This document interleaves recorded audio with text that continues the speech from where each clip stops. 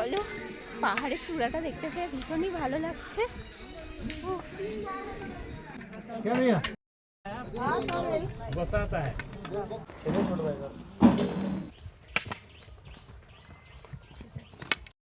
এখন আমরা বেরিয়ে পড়েছি পরেশনাথের উদ্দেশ্যে।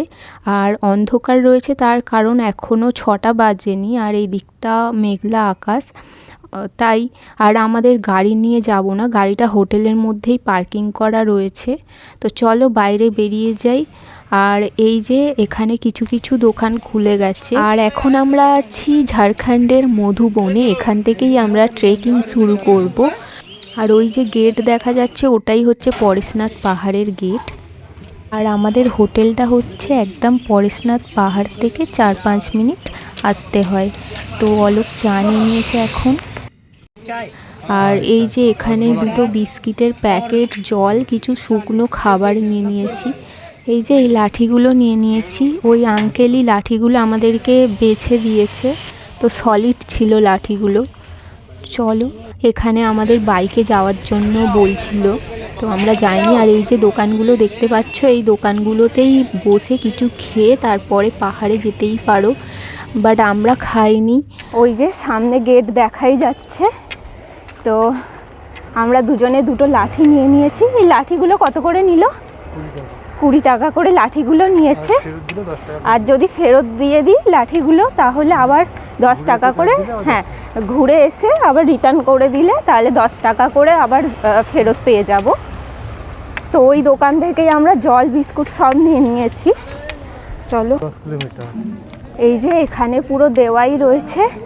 এখান থেকে পরেশনাথ মন্দির 9.65 কিলোমিটার, আর জল মন্দির 10 কিলোমিটার, মানে পরেশনাথ মন্দির থেকে একটুখানি যেতে হয়, 1/2 কিলোমিটার মতো। তারপরে ওটা দিয়েই ঘুরে ঘুরে আসা যায়। আর এখানে সবাই ধ্যানে বসেছে, তো জৈনদের কিছু রিচুয়ালস ওরা পালন করছে। তো চলো আমরা চলে যাই, এগিয়ে যাই। আর এই যে গাড়িগুলো যাচ্ছে, বাইকে করেও যেতে পারো, কিন্তু বাইকে করে গেলে সেই রকম মজা পাওয়া যাবে না। তো আমরা ভেবেইছি আমরা ট্রেক করব, মানে পুরোটাই ট্রেকিং করেই উঠবো, যতই কষ্ট হোক না কেন। তো চলো এই শর্টকাটটা আমরা ফার্স্টেই নেব। এই যে পাথরের রাস্তা, দেখে দেখে উঠতে হবে। ও কত উঁচুতে উঠে গেছে।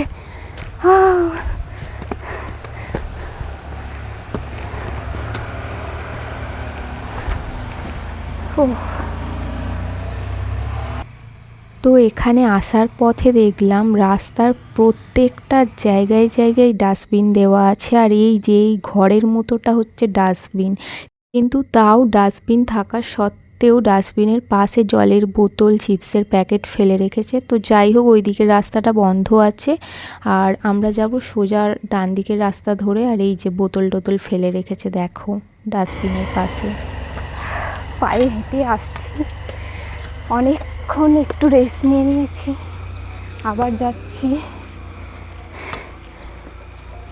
এখন আমরা দেখাচ্ছি কোথায় আছি। আর এখান থেকে পরেশনাথ কত কিলোমিটার সেটা এখানে মুছে দেওয়া হয়েছে, তাই দেখতে পাইনি। তো চলো এগিয়ে যাই। মোটামুটি সামনে একটা মন্দির আছে, তো ওই মন্দিরেই যাব এখন ফার্স্ট। এখন আমরা পুরো সোজা খাড়াই পথে উঠছি। চলো, দাঁড়াচ্ছ কেন? আস্তে আস্তে চলো, কন্টিনিউ। আর চারিদিকে শুধু সবুজ অরণ্যে ভরা, কি যে সুন্দর দৃশ্য, কি বলবো, না এলে এখানে অনুভব করাই যাবে না। তো এই রাস্তা দিয়ে বাইক যাওয়ার রাস্তা এগুলো, তো সামনে দেখেই বুঝতে পারছো সিঁড়ির মধ্যিখান দিয়ে যে ঢালুগুলো রয়েছে, তো বাইকের জন্যই। আর আমরা তো বাইক নেব না, আমরা ভেবেইছি হেঁটে যাব। তো এখন রোদ্দুর বেরিয়ে গেছে, আমরা যখন বেরিয়েছিলাম তখন মানে অন্ধকার ছিল, তো এই সবে রোদ্দুরের দেখা পেলাম। অনেকটা উঠে এসেছি, আর অলোক আমার থেকে অনেকটা এগিয়ে গেছে। আমি দাঁড়িয়ে পড়েছিলাম এক জায়গায়, তো সামনেই একটা মন্দির আছে, দেখাচ্ছি চলো।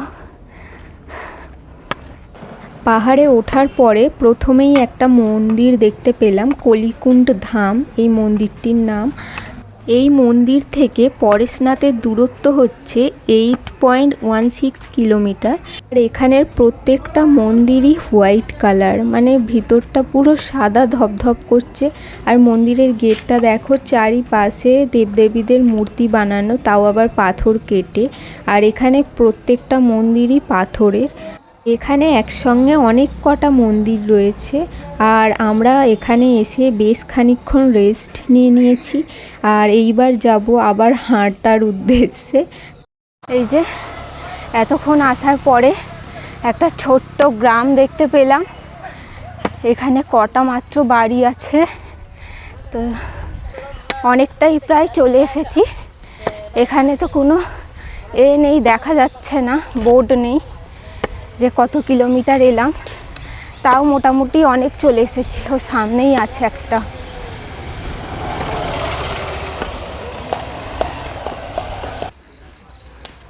এই যে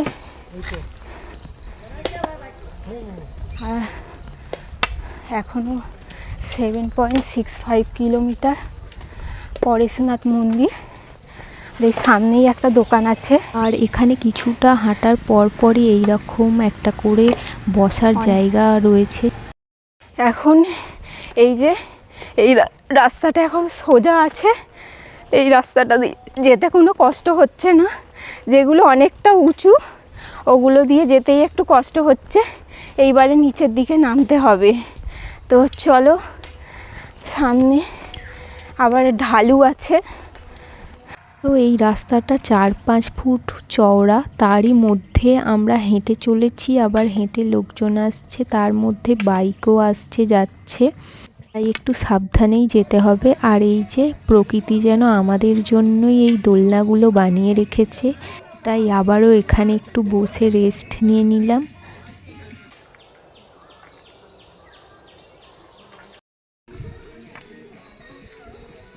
চলো, পাহাড়ের চূড়াটা দেখতে পেয়ে ভীষণই ভালো লাগছে।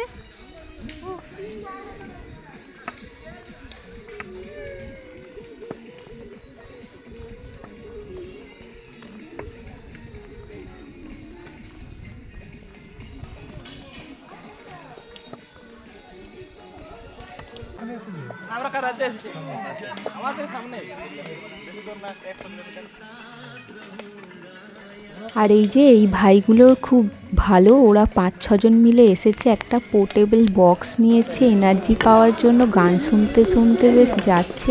তো এখানে হাতির দেওয়া আছে, বোর্ড দেওয়া আছে, মানে হাতি থাকলেও থাকতে পারে, বাট এখানে কোনো হাতি বাঘ ঘোড়া কিছুই নেই, তো তাও সতর্ক বার্তা। এখান থেকে যেতে বেশিটা কষ্ট হচ্ছে না, কারণ রাস্তাটা সমান আছে আর আবার ঢালুও আছে, তো ওই জন্য আমাদের এখান থেকে যেতে কোনো কষ্ট হচ্ছে না। আর চারিদিকে পাখির কিচিরমিচির শোনা যাচ্ছে, ভালো লাগছে বেশ। আর ফার্স্টে ওঠার সময় তো অনেকটাই হাঁপিয়ে গিয়েছিলাম, কিন্তু এখন ভালো লাগছে। আবার উঠতে হবে, সমতল শেষ হয়ে এবারে এখান থেকে সবাই শর্টকাটও নিচ্ছে। এই যে শর্টকাট নিচ্ছে, আর শর্টকাট নিলেই মানে ফার্স্টেই আমরা শর্টকাট নিয়েছিলাম, শর্টকাট নিয়েই হাঁপিয়ে গেছি। তো এখানে এই ভাইরা শর্টকাট নিচ্ছে,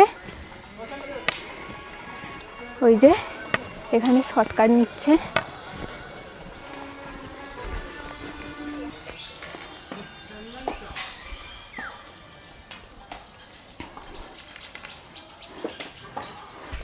আর আমাদের গন্তব্য দেখেই ফেলেছি, এখন অনেকটা দূর। এই যে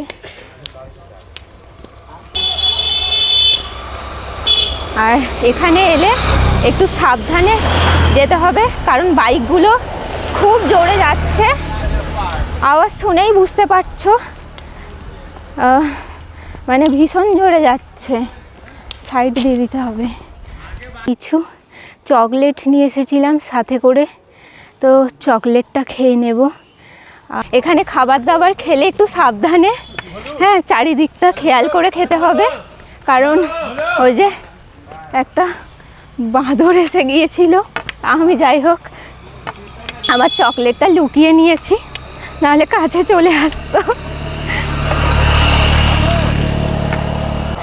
কোথায় যে ওরা জঙ্গলে বসে থাকে বোঝা মুশকিল, ওরা ঠিক দেখে নেবে আপনাকে।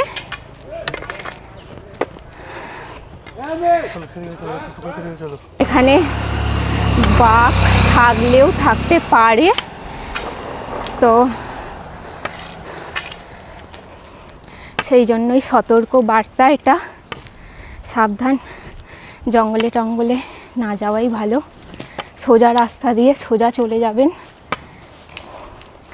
এখানে একটা জলের দোকান আছে, জল, বিস্কিট, চানা টানা সব পাওয়া যায়। এত দূরে আসার পরে টয়লেট দেখতে পেয়েছি এখানে।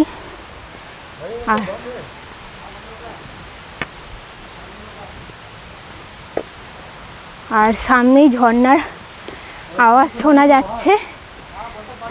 এখানে হরিণ আছে এই জঙ্গলে। তো এক সময় এখানে বাঘরা থাকতো সত্যি, বাঘ হাতি, এখন নেই। এতক্ষণ আসার পরে একটা কাছ থেকে ঝর্ণা দেখতে পেলাম, আর এর আগেও দেখেছি, সেগুলো অনেকটা ভিতরে, মানে জঙ্গলের ভিতরে ছিল, তো যাইনি, আরও ঘুরে ঘুরে যেতে হতো। আর এটা একদমই রাস্তার সামনে, পোলের নিচ দিয়ে বয়ে যাচ্ছে ঝর্ণা, আর কি যে সুন্দর দেখতে লাগছে চারপাশটা।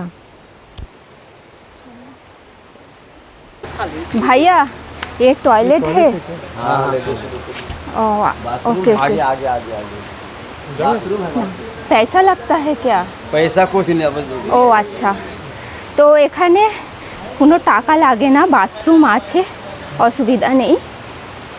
তো চলো, তো যেটা এখানে 3-4 ঘন্টা যাওয়ার রাস্তা, টয়লেট পেলেও পেতে পারে, তাই বিশেষ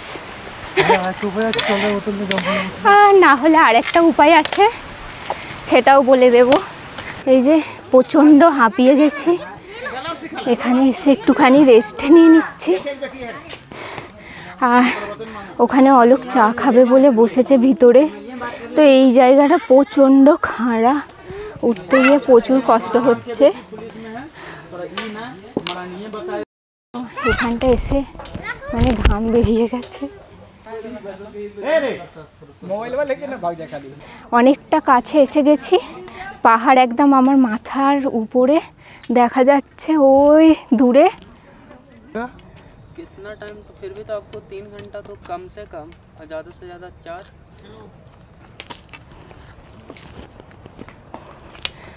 তো এখান থেকে যেতে 3 থেকে 4 ঘন্টা সময় লাগবে, ওই ভাই দুটো বলল। তো দেখা যাক আমরা কতটা তাড়াতাড়ি যেতে পারি।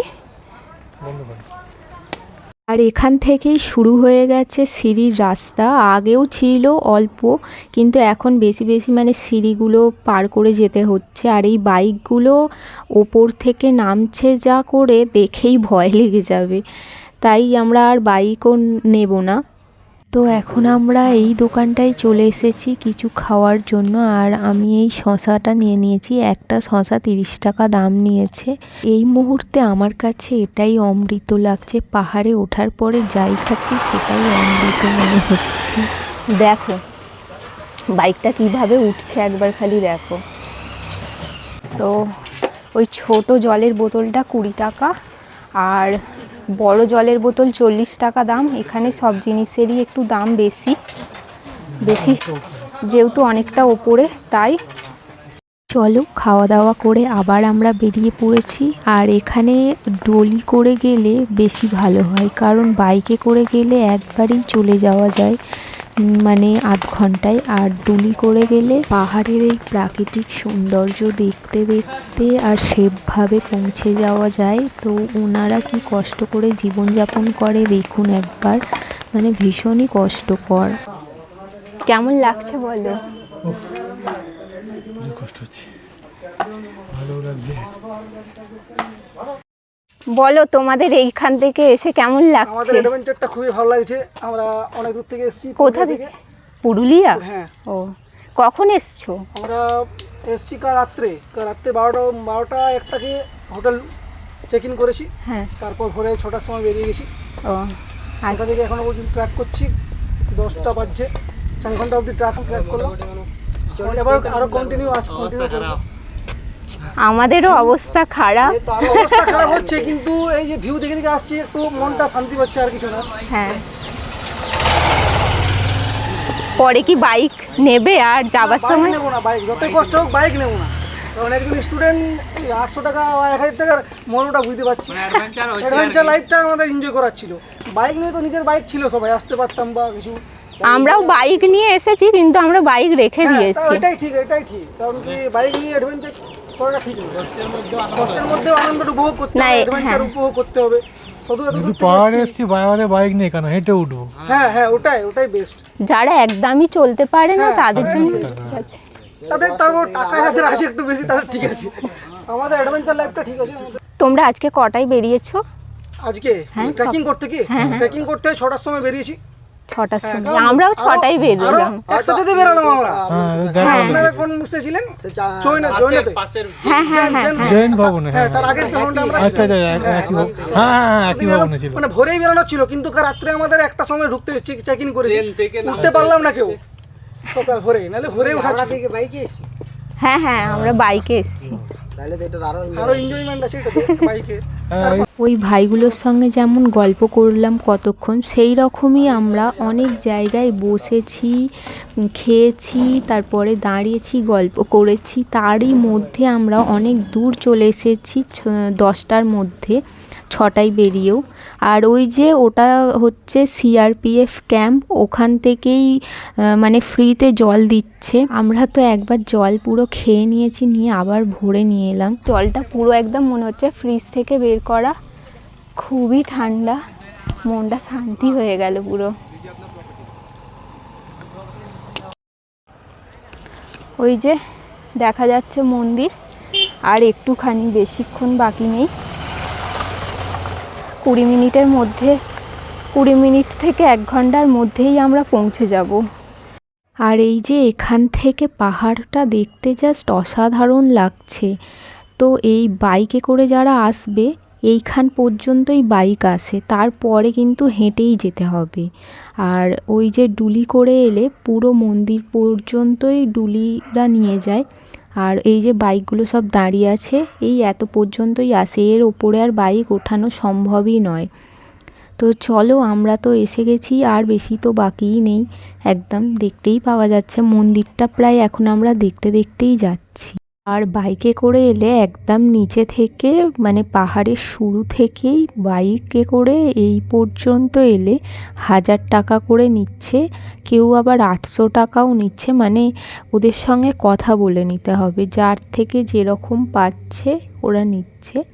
আর আমি এখানে আসার পথে দেখলাম, যদি কেউ মানে হাফ রাস্তা থেকেও বাইক নেয়, তাহলে তার ক্ষেত্রে আরও দাম কমে যাবে, মানে 400-500-র মধ্যেই হয়ে যাবে।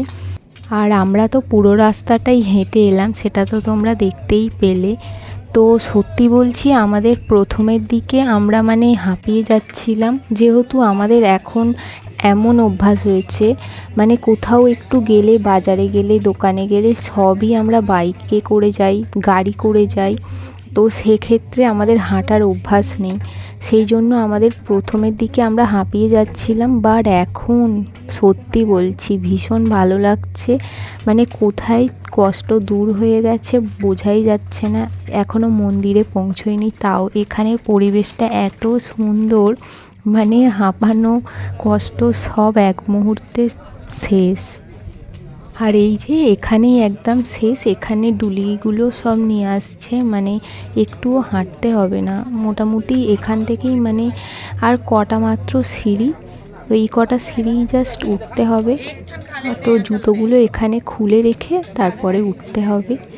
তো আমরা এসে গেছি, আর সেই ভিউ এখান থেকে, মানে মারাত্মক একটা ভিউ।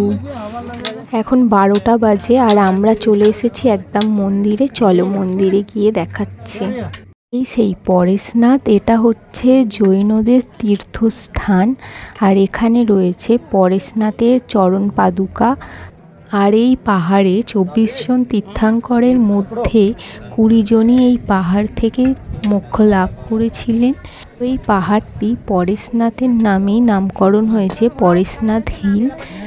আর এই পাহাড়ের ওপরে মোটামুটি হালকা ঠান্ডা রয়েছে। আর এই পাহাড়ের আসার ভালো সময় হলো অক্টোবর থেকে ফেব্রুয়ারি পর্যন্ত। তো পাহাড়ে ওঠার পরে ফার্স্ট এসে আমি একটু এইখানটাতেই বসেছিলাম যেখানটায় অলোক বসে আছে, এত সুন্দর। আর আমরা প্রায় এখানে আধ ঘন্টার মতো রয়েছি। আর এই দু সাইডে বাঁশের বেড়া করে দিয়েছে, ওই দিকটা যেতে দিচ্ছে না কেন জানি না, হয়তো কোনো কাজ হচ্ছে সেই কারণে।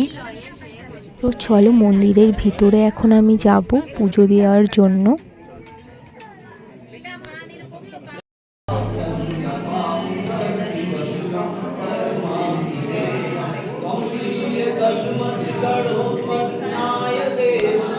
এখন আমরা দাঁড়িয়ে আছি ঠিক 4500 ফুট ওপরে, যেখানে পরেশনাথ মন্দিরটি অবস্থিত।